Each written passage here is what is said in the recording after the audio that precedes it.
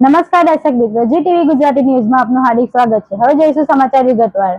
પવિત્ર શ્રાવણ માસનો અંતિમ દિવસ હોય ત્યારે આ અવસર ઉપર પૂર્ણાહુતિ નિમિત્તે શહેરમાં મંદિરોનું ભક્તોનું ઘોડાપુર ઉમટી પડ્યું છે। વહેલી સવારથી શિવાલયોમાં ભક્તોની લાંબી કતારો જોવા મળી। પવિત્ર શ્રાવણ માસનો અંતિમ દિવસ હોય ત્યારે અડાજણ વિસ્તારમાં આવેલા ગંગેશ્વર મહાદેવ મંદિર સહિત શહેરના અનેક મંદિરોમાં ભક્તોનો ભારે ઘસારો જોવા મળ્યો। મંદિરોમાં હર હર મહાદેવ અને બમ બમ ભોલે, જય ભોલેનાથના નાદથી ગુંજી ઉઠ્યા। શિવલિંગ પર જળ, દૂધ, બિલીપત્ર અને ફૂલોનો અભિષેક કરી પૂજા અર્ચના પણ કરવામાં આવી હતી। જોકે મંદિરોમાં મહાપૂજા, મહાઆરતી, ભજન કીર્તનના વિશેષ આયોજનો પણ કરવામાં આવ્યા હતા।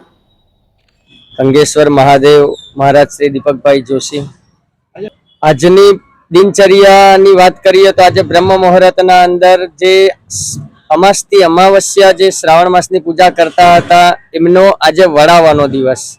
બીજું રાતના 9 થી 12, 12 થી 4 એ 2 પ્રહરવાળા જે પૂજન કરતા હતા એમની પણ આજે મધ્યાહનના સમયે વડાવાની પૂજા થશે।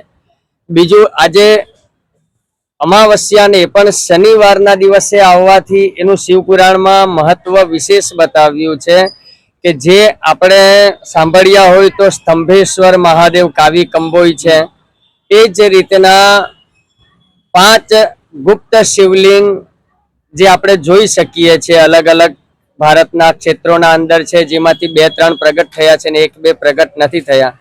તો એ બધા જે શિવલિંગ પ્રગટ થયા છે તે પ્રગટનો દિવસ શનિ અમાવસ્યા બતાવવામાં આવ્યો છે શિવ પુરાણના દિવસે। એટલે તમે જો તો સ્તંભેશ્વર મહાદેવ જે કાવી કંબોઈ જે દરિયાના ભરતીના અંદર વિલીન થઈ જાય છે અને ભરતી જતા પાછા પ્રત્યક્ષ દર્શન થાય છે, તો એ મહાદેવ પણ શનિ અમાવસ્યાના દિવસે જ પ્રગટ થયા છે।